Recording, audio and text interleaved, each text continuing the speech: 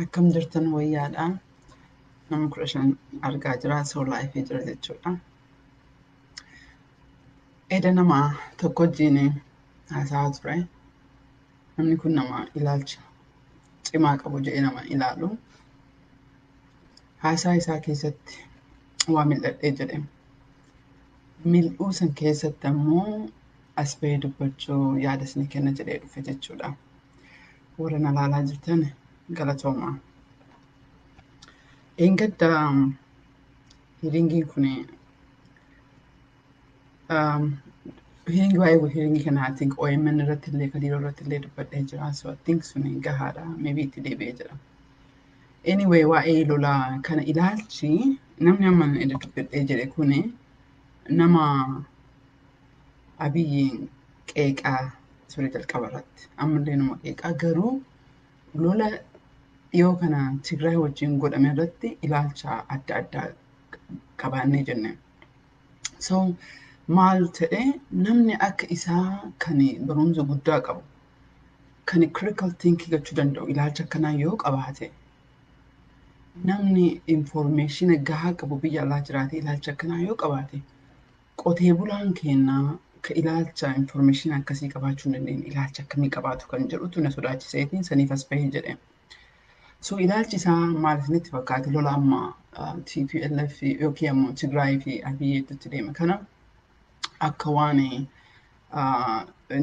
jeequminsa Abiyyi ka jedhe 113 itti fakkaate paarlamaa irratti TPLF duuba jira kan jedhu federaalizimii illee rakkoon hin jiru ka jedhu kun ammoo akkuma agartanii so Oromoo bakka lamatti haqoonnee ilaallu. Oromoon haqa keenyaa kan jechuudha kan sodaa guddaa qabu ka Abiyyi xiyyaa jiruu fi Oromoon PP keessa taatee gariin nafxanyaa taatee gariin ammoo confusion keessa ka jirtu akkasitti ilaalle Amaarallee bakka lamatti haqoonnee ilaalle. Amaara nationalistii ka Amaarummaa jiraatiin boonanii fi Amaara nafxanyaa ka biyya guutuu bituu barbaadu bakka lamatti qoonnee ilaallee jenna jechuusa irratti. Ila maal isinitti fakkaate lola amma argaa jirtani wanna amma warri nafxanyootas ta'ee warra Oromoo PP keessa jirtu kunni gocha haasaa jirtu ilaalaa sanirratti illee dhagahaa jirtan jechuudha. Amma maaltu deemaa jira isinitti fakkaate. Wanni amma isiniin jedhu kun hopefully namoonni dubbadhaa jiruu fi warra lolli amma deeme kun akka tasaa meebii Oromoo qarqaara. Jeequmsa waggaa tokkoo kanas du'iinsa Haacaalullee akka wayii TPLFitu duuba jira wal jedhee ilaalu ani raagduu miti hin beeku garuu ilaalcha keerraa isinitti hima. So akkuma dhageettan biyya san keessa icciitiin guddaan hin jiru. Constitution haaraa barreessanii biyya alaa kanatti yeroo lamaa dubbisanii jiran achi keessatti. Dubbisiinsa hammee bira dabreetiin ambaasiin Ameerikaa kan Itoophiyaa jiru ambaasaadar mataa isaa akkuma beektanii even state departmentiin iyyuu waa'ee lola Haacaaluu du'e asitti namoota akkasitti dubbate kana du'e kana hin dubbanne. Maa because ilaalchi jaraa mootummaan Ameerikaa bakka hedduu jira. Tokko state departmentii jechuun bulchiinsa. So ilaalchi pirezidaantii Abiyyi personal agendaa irraa qaba. Saniif hin dubbanne nullee personal agendaa aarii irraa qaba.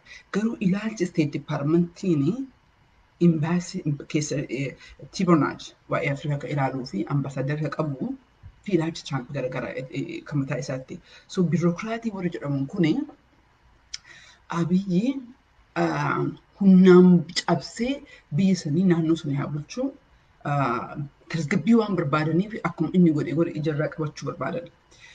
Koongiresiin ammoo hiringii irratti pireesii keenya irratti mandeen agartanii jirtan.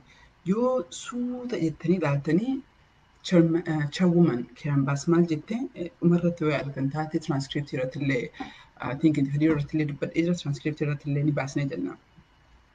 Yennaa qaamaan dhaqee jettee bulchiinsa Itoophiyaatti dubbadhee jira.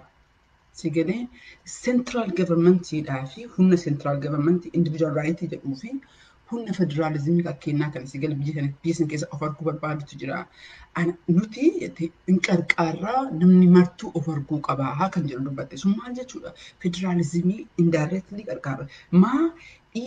Remember warri kun walgahii publicly akkanaa godhu haasaa guutuu qabaataniitiin state departmentiin briefing godhee sigalee maal cal'isuu qabdan cal'isaa wanna amma haa caaluun du'ee asitti ru'iin Oromoo wata akka gatii dhabdee jirti. Maaliif achi keessa green light argatee jira. In fact lola amma Tigraay wajji ta'e kana iyyuu hanga ta'e illee ta'u state department irraa hayyama qabaa sanii fi lola san godhee jira. Wanna Ameerikaan hin beekne yeroo kana keessatti biyyoonni Ameerikaan harka duubaatiin ta'ee harka afootiin keessaa hin qabne ka gargeettan jirtu.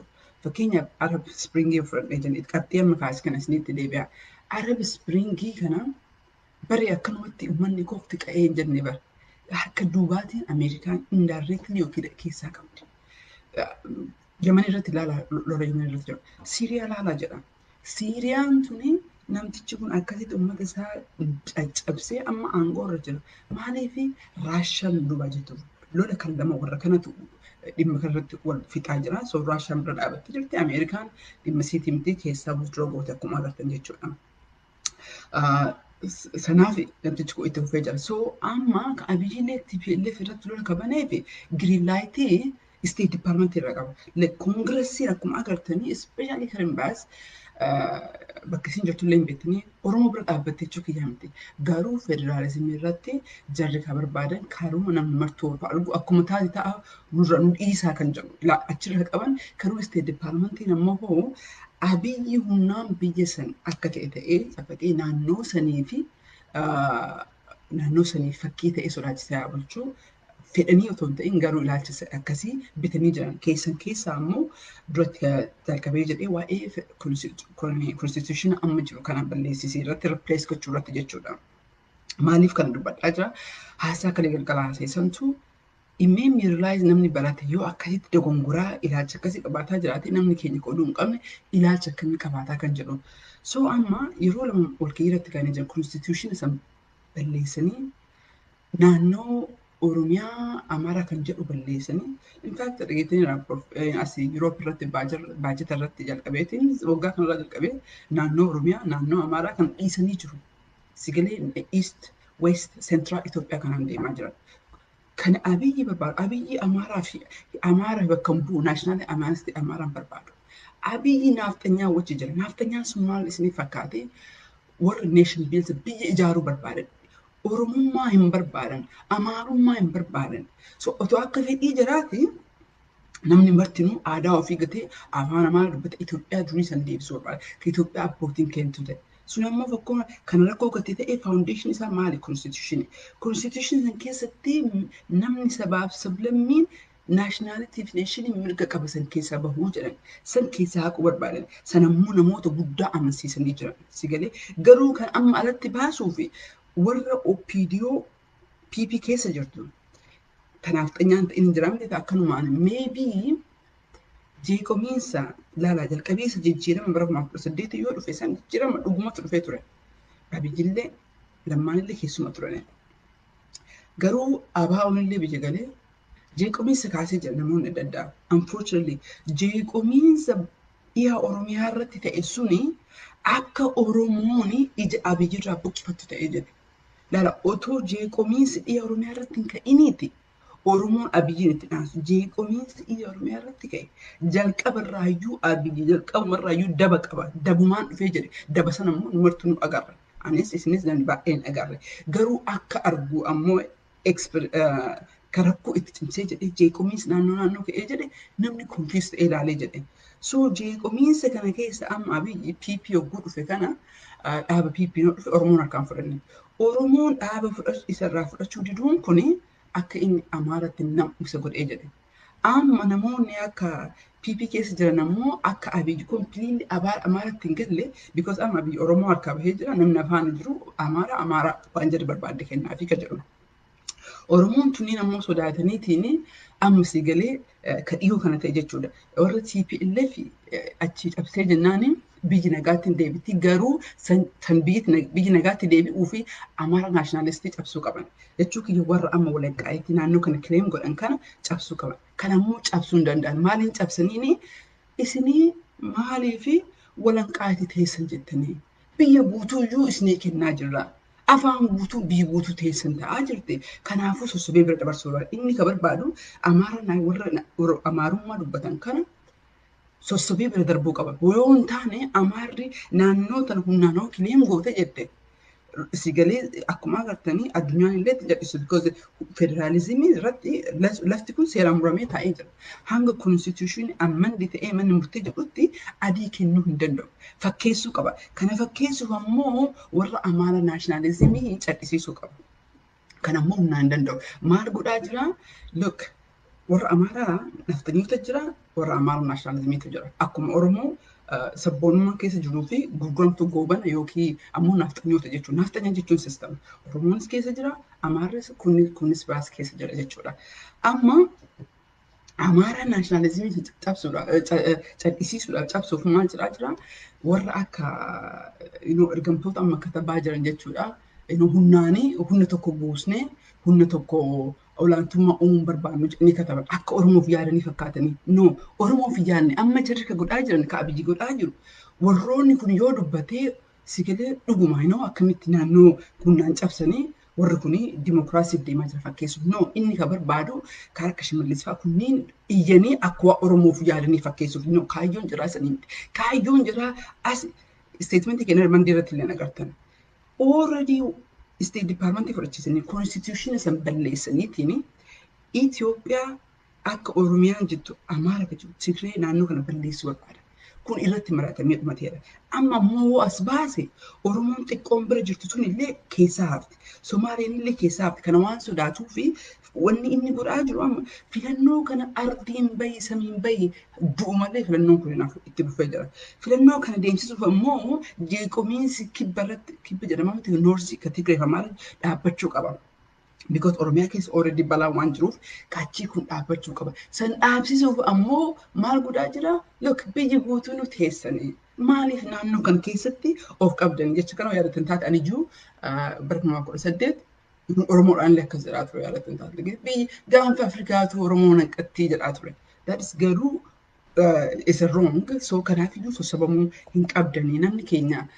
So dubbii kun kan dubbadhaa jiruuf ammaaf wannaaf dubbadhaa jira. Warroota maybe TPLF-tu jeeqomiinsa waggaa kanaa haga jijjiiramaa dhufe keessa jirtanii ka ilaaltu. Sani beeku ani jedhee jira. TPLF dhiiga ilmaan Oromoo harkaa qabdi. Warra TPLF wajjin ture ka dhiigni Oromoo harka jiran warra amma aangoorra jiran jara ida'ata jechuudha. Akka TPLF-tti ka hin dubbanne kan nu godhe. Akka gumaa keenya ka hin baafne nu godhe nama amma aangoorra jiru. Ani waan na boochise keessaa sometimes I think in Bona oksine garaa keessa natti fakkaate. Maaltu na boochise? Waggaa 30 xaarree dadhabnee sa'aa dhumaa irratti galtuu kan amanneetti kennine. Samtu na boochise. Because xaarree qaccee yoo geenyu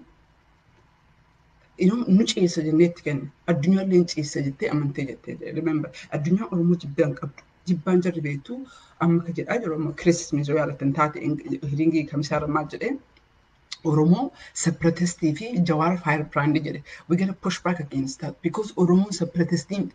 Oromoo Jawaar firebrandii miti. So we gotta push against that. Garuu carefully waan godhan sii galee because nama tokko eenyuun diina gochuun barbaadu. Dalagaan keenya fira baasu.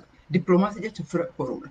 Wanti nu godhaa jirru fira Oromoo waggaa dur kan godhateen fira horaafee jiru. Mallaqni itti baasnee jiru wanti guddaan fira gaafa murtiin poolisiin achirratti bahu akka ilaalcha Oromoo keessatti galuuf fira walaa jira. So kanaafiyyuu pushbaatiin goonaa garuu isin beektanii gorsi kun keessattuu warroota Oromoota lola amma dabre kana maybe Oromoodhaaf naga bu'aa jettanii yaaddanii ilaalcha san kontekst sanaa understand gootanii barbaadan. Waggaa laman dabre kana haga Hacaaluun du'e asitti mee Tigreen akkami gootee Oromiyaa keessatti jeequmsa uumuu dandeetti. jaratu duuba jirtettani waan amanta waan hin dhagaheef nama jaaladhurraa nama kabajurraan dhagaheef saniif dubbadhaa jira. Tokko saniin lammata ammoo kan dhageettanii barbaade ka qabsoo kanatti xaaree jedhee akka keessanii hakkiyyaa kana jiruu keenya dhiisne hiriira ba'aa oollee itti jaarreetiin jarri ammoo abbaa qabeenyaa taatee jiruu gaarii jiraattee lafa gurgurattee kaan hiitee kaan ajjeestee kolaaboreetara taateetiin sa'aatii dhumaarratti nu ceessan jedhee itti kennaa jirne. Ka lammataa ka garaana nyaatu warroonni qabsoo kana jara asiin gahee qeerroodha. Har'a qeerroon sun eessa jirti mee? Mee of gaafadha warroonni lolli kun keessatti akka tasaa Oromoo bu'aa qaba jettanii yaaddan. Warroonni jijjiirama kanaa fi dura bu'umtaa dhiigaan kafalan, humnaan kafalan eessa jiran? Kun mana hidhaa keessa jira, kun qabri keessa jira. So akkamitti rakkoo Oromiyaa irratti deemaa jiru nama biratti fara godhanne. Because waan tokko qabsooftee jette beektaa at the end of the day bu'aa irraa argachuu qabda. At the end of the day anamma kan hin dubbadhu qabsoo Oromoo irratti Oromoo hin bilisoomsaaf hin ta'in. Ani dalagaan kiyya akka ollaatitti wanti nu godhaa jiru fira Oromoo fara jiru. As teenyee nama du'ulaa ka'uu of course secondary-dhaan godhaa jiru asii galee definitely wanti biraa yoo hafe reeffa keenya seenaa irra akka taa'uuf galmeessinee waggaa waggaadhaan katabbiin ni bahee jedha. Barmaaf diidam eenyutu du'e akkamitti du'e as maachis bikaa hin goone jedha karaa dhugaa irratti murtoofne jechuudha. Wanti guddaan ammoo kan mallaqa isinirraa guurre uummata keenya irraa guurree jennee fi mallaqni sun hojiirra oolaa jiru fira banuu irratti fira baniinsa irratti fakkeessin hin jedhee dhiibbaa godhaa jira. Yeroo dhiibbaa goonu kana mootummaan Ameerikaa Oromoof hin dalagu. Yeroo marasii galee Oromoo jechuu hin danda'u. Akkuma nu dalagnu akkuma nu laabifne Abiyyi mataa isaatti laabii qaba. Nafxanyoonni mataa laabii qabdi. Amaarri mataa ofiitti qaba. Hedduu diina hedduutu jira kan Oromoo nyaachuu barbaadu. Kanaafiyyuu it's not easy. It's not easy. Naaf beektanii laafaa miti. Advocacy jechuun maalidha? Dhaltee hadhallee barullee iftaan ittuma himaa oolta. Ittuma himaa oolla. Ittuma himaa ooltu warri keenya jechuudha. Anyway, deebi'ee hoo jedhu Sudaan keenya warroota maybe TPLF amma jiddee biyya tasgabbiitti dhuftee ka jettanii warra yaadaa jirtan. Filannoon kun waan samiin dhuftee ardiin dhuftee Abiyyi waan itti fufuu yaada qabuu fi Sudaan yemmuu akka keessaniititti gaafa bineensa dabre sareen dubbii ta'an. Qabsoo kana keessatti yeroo baay'ee analysis politikaa irratti hin dubbadhu. Because beektonni hedduutu jira. Maali konserniin kiyya guddaanii amaara sossobii biyya guutuu isinii kennaa jirra. Maaliif xiqqoo kanaaf walbaltanii jedhee cal'isiisee yoo jedhee gaafa inni kaayyoon isaa akka jalqabaallee Itoophiyaa durii san deebisuudha. Oromummaa san naashinaalizimii sabboonummaa sanii farra Itoophiyaa farra Oromoo gadhee jira farra biyya sanii. Biyya godhisanii bira godhiinsa dabareetiin imbaasiin Ameerikaa akka achi jiru fudhateefii jira. Suni nuti everyday asitti Waashintaniin kan lollu ka amma paablikii kan imbaas dubbattee jettee is the issue of central government fi federalismidha. Namoonni amma gurbaan Molinaa see kanaan jedhe maybe dhagahee natti koplaa istigalee in sossobaa jira malee federalismii haquudhaaf qophaa'anii jira. Yeroo Amaarri cal'iste jettee filannoo kijibaa kan akkuma ta'e godhee maandeetii bitatee achi booda constitution replace godhuudha. Constitution in fact amma yoo replace godhuudhaa fi Oromoon irraa baatee Oromoon kan keessa jirtu irraa baatee jennaaniin hold godhan filannoon booda godhanii jechuudha. So namni keenya I hope wanna kan clearly nu galuu qabna. Abiyyi irra jiru olaantummaa maaraatu hin ta'in Itoophiyaa durii san deebisuu barbaada. Itoophiyaa sigali sossobaniitiin Oromoo keessatti agartu Itoophiyaa haarawaa keessatti jechuudha. Guyyaa ittiin bitamuudha malee natti fakkaata. Meeqa biraa maal fadheen?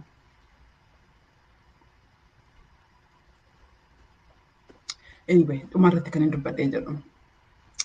Laala qabsoo keenya maa hinjifachuu dadhabne ka jettani bakka jirru of laaluu qabdan. Sigalee bakka jirru namni tokko yoo kan hin dalaga jedhe yoo kan hin godhe jedhe madaaluu qabdan. Sigalee madaaluu gowwaan ta'uu hin qabnu sigalee Albert Einstein namni beekamaan jedhu maal jedhe maraatuun jedhe wannuma tokko godhaa deebii haaraa outcome haaraa ka eeguu jedhe. Qabsoo keenya akkuma kalee akkuma waggaa 10 hadhaa itti deemaa yoo hin bilisoomne jettan suni abjuudha. Suni abjuudha. Sigalee asuma teettanii manuma teenyee Facebook irraa qofa hin jennetan isa abjuudha. Wanti gaariin amma ani gaafduraa kan jedhe this is the best time for Oromoo. Maaliif isinii fakkaate? Ani kan hin beeku qabsoo maatii keessaa nutti dhufte jette. Qabsoo kanarratti itti guddannee jenne. Maatiin nurraa hidhamaa, maatiin nurraa tumamaa, maatiin nurraa du'aa guddannee jenne. So amma yeroo walqixa duunu, walqixa yoo gubannu kanaa ol maatu jira. Ani biyya san keessatti hanga dubbiseen jira kitaaba hedduullee barreessillee jira. Yeroon the best Oromoo amma maalii fi bahaa fi dhihaa kaabaaf dhibba qixa gubataa jirra. Tokko taa'ee tokko dhiigni jigaa hin jiru qixa. Jijjiiramni yoo dhufamu yoo garmalaan bilchaatee jedhe. Akka bilchaatu yoo barbaadan ganda keessanitti sheeka keessan, paastirii keessan, political party warraaf hojii dhiibuu qabna, quba jalatti qabna. Rakkoon Oromoo inni guddaan Oromoo keessa. Rakkoon Oromoo inni guddaan Oromoo keessa. Maa tokkummaan qabu. Tokkummaa akkasii illuuziina otoo hin ta'in just miidhaala walgahii tokko otoo nama yaamee jedhee nama kamtu dhufee jira. Walgahii tokko otoo amma community yaamee jedhe convention eeggaddaa community xaaree birrii baay'eetti baasee godhee jedhe. Meeqatu dhaqee jedhe meeqatu tilmaannee jedhe. Maaliif? Oduun amma fundraisingii kadiiroon godhaa jira. Namni kadiiroo irraa bu'aa argateen hin jiru jedhan natti hin fakkaatu. Hangam keessa amma nama 758 ilaalaa jirtan. Hangam keessatti dunee gootanii jirtan. OMN rees godhaa jira. Gahee keessan hangam taphattanii jirtan. Haasa'u qofatu hin ta'in hangam gootanii jirtan. Hanga gahee kennan goonetti qabsoon kenna sii galee sabboonummaan kenna leencummaan kenna ganda keessa deemnee afaaniin faarsu nama arrabsudha. That is the problem. Ganda keessan isin bilisoomuu qabdan. Ganda gandaan ijaarramtanii naannoo keessanii fi akka naannoo keessan hin tuqamne, hin jeeqamne kan godhu isin. Naannoon biraachi ta'ee isin hin gootu. Suni oduudha. Propagaandaa durii yeroo irra dabree jira. Amma qabatama ta'uu qaba. Qabatama yoo seenaa waan kana hin godha jette qabatama mul'isuu qabdi. Yoo goone bor godhuu akka hin dandeenye wanti isin yeroo keessatti fixxanii jiru. So qabsoo kana keessatti ammallee yaada kana karaa dubbadhee jedhee haasaa kakalee galgalaati. Warroonni Abiyyi TPLF itti biisan jeeqaa jira. Jeeqaa ture amma jarri cabdee jirti. Kanaafuu Oromiyaan nagaa argatti ka jettanii yaaddan akka ilaalcha kiyyaatti illuuziinadha. Maa hojjettani Oromiyaa ka jeeqaa jiru TPLF haa xiqqaatu haa guddatu. Ani jedhee jira yeroo baay'een ifa mana aga ta'an TPLF mikka bu'eeti miti. TPLF mana hidhaati maalti. TPLF gumaa ilmaan abbaa keenyaa silaa akka kafachiisu akka dadhabnu kan godhe keenya. Warra aangoo jiru kanatu akka hin kafalle nu godhe. Garuu TPLF miti kan Oromoo hojjetaa jiru amma TPLF miti ka hiriyaa kiyya ka fira keessan kan nama hidheetiin akkanatti jeeqaa jiru kan Jawaariin hidhee irratti roorisaa jiru TPLF miti. Biyyi sun afaan qarcirra jirti. Filannoon kun dhiibbutti jirra garuu ka jijjiirama godhuu dandeenyu walqixa yoo dhiibne qofa. Kanaafiyyuu mee maal godhaa jira of gaafadhaa. Kadiiroo irratti dubbadhee jira gaddaa Oromoo sansasiirraa jalqabuu barbaanna. Roodmaappii xiqqoo tokko biyya alaatii fi hoffulee yeroo gabaabaa keessatti akkamitti sansasii Oromoon 10,000 jenna 5,000 1,000 jenna. We need to have that data. That data sanii White House fi pirezidantii haaraa dhufaa jiruuf waa hedduuf hin barbaanne jenna. Ijoolleen lakkoofsi keessan baay'ee waan taateef dubartoonni laadhoolee keessan baay'ee waan taateef kanarratti yeroo gabaabaa keessa isin dhaqqabnee jenna. Akka nu gargaartan isin yaamee jira. Gaafii qabaatan yaadoo qabaattanii naaf barreessaa sagalee naaf ergaa jedha. Waamicha isin goone ammoo ofiif jedhaa dirmadhaa jedha. Because yoo an dadhabee jedhee jijjiiraman dhufu yoo isin dadhabdanii jijjiirama naaf illee hin dhufu ofiif jennee waliif birmachuu qabna jedha. Galatoomaa isin jedhan baay'eetu barreessaa jirtanii nan argee jedha. Galatoomaa waan na dhageeffattanii fi yaada kana qallamnaan jettee jennaaniin warroota dogongoree qabsoo kana lola gaddaa kana harka dhahaa jirru kana bineensi kun achi cabsee because federalizimii kaafuu dhaabbate warra naannoo Tigraay yookiin TPLF itti dhaabbate. San TPLF nama cabsinee naashinaalizimii Amaaraa kana cabsuutu hafe. Sigalee remember naashinaalizimiin Amaaraa naannoo ofii irratti abbaa ta'uu barbaadan. Sigalee irratti haasamu sun dhimma jiraata. Oromiyaadhaan waa walitti dhufu qabu. Oromoodhaaf Oromiyaa waa walitti dhufu qabu. Kaayyoon Abiyyi fi kaayyoon Naftanyaa immoo naashinaalizimii Amaaraati miti. Itoophiyaa guutuu akka jiru Itoophiyaa duratti deebisuudha afaan saniin. Sanammoo ka godhuu danda'anii achi cabsanii gamanatti ce'uu barbaadan. Achi eegnee jennee gaafsanii akka mammaakni jedhe sanii gaafa koominizii jedhama. Ani koominizii miti jedhee gaafa kaan nutti dhufu namoonni dhufu jechuudha. So wanni kanarratti yaadaas ni jechuuf galatooma.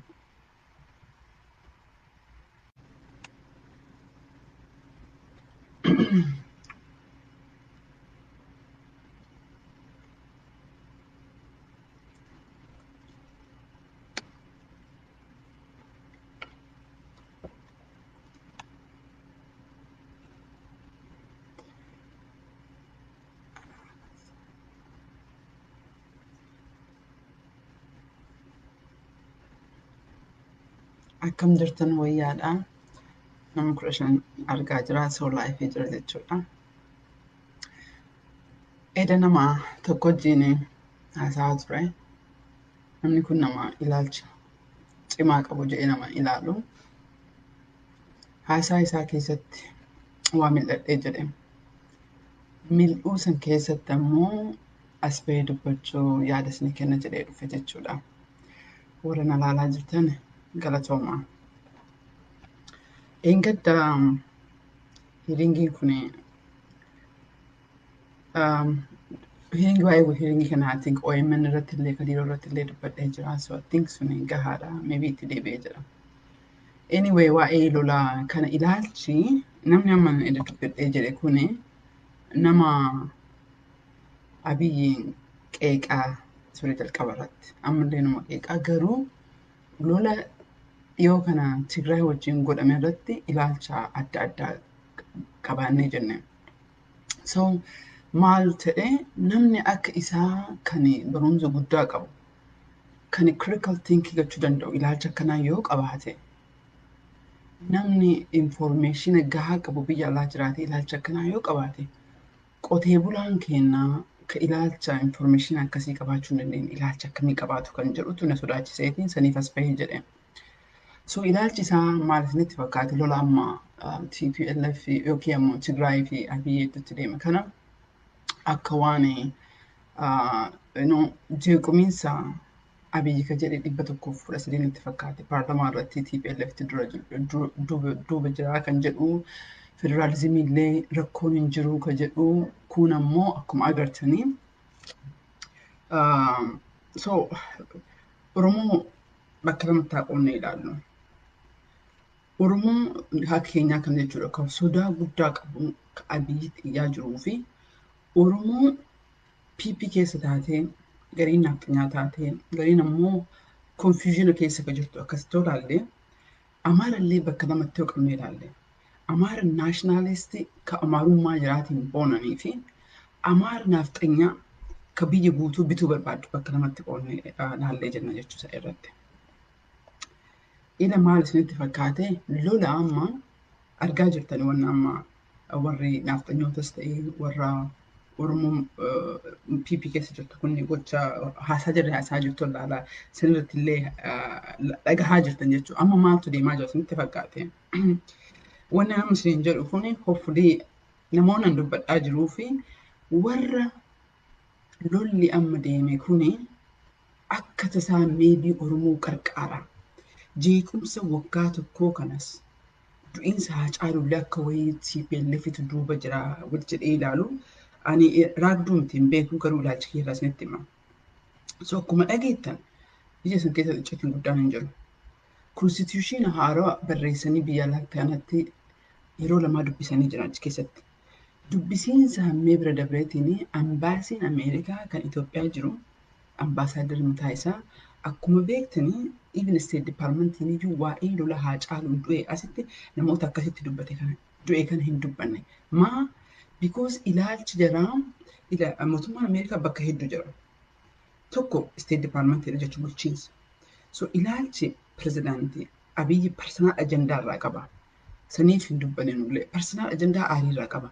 Garuu ilaalchi state departmentiin imbaasii keessa Tibonaaj waa'ee Afrikaa kan ilaaluu fi ambaasaadar kan qabu fi ilaalcha Tiraamp garagaraa kan mataa isaatti. So biirokraatii warri jedhamuun kun Abiyyi humnaan cabsee biyya sanii naannoo sana haa bulchuu tasgabbii waan barbaadaniif akkuma inni godhe ijarraa qabachuu barbaadan.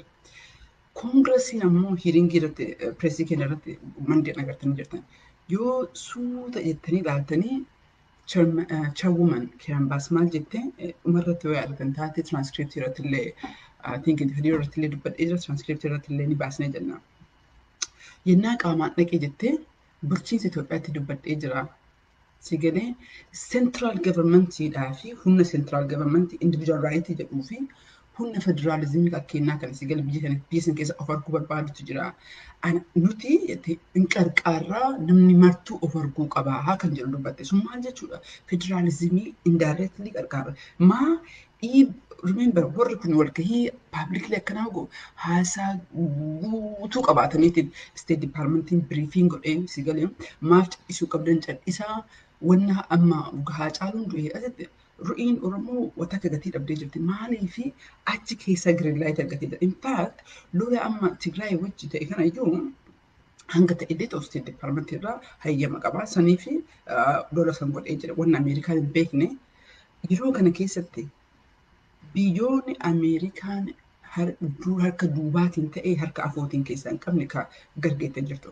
Fakkeenyaaf Arab Springii fudhadhee jiraniiti. Qabxii amma kaasii kana isinitti deebi'a.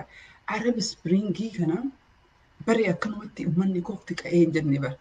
Harka duubaatiin Ameerikaan indirectly yookiin keessaa qabdi. Yaman irratti ilaalaa lola Yaman irratti jiru. Siiriyaa ilaalaa jedhama. Siiriyaan tuni namtichi kun akkasitti uummata isaa caccabsee amma aangoo irra jira. Maaliif Raashaan duuba jirtu lola kan lama warra kanatu dhimma kanarratti wal fixaa jira. So Raashaan bira dhaabattee jirti. Ameerikaan dhimma siitii miti keessaa withdraw goote akkuma agartan jechuudha. Sanaaf namtichi kun itti fufee jira. So amma kan Abiyyiin TPLF irratti lola kabanee fi green lightii state department irra qaba. Koongiresiin akkuma agartanii especially Kiran Baas bakka isin jirtu illee hin beektanii Oromoo bira dhaabbattee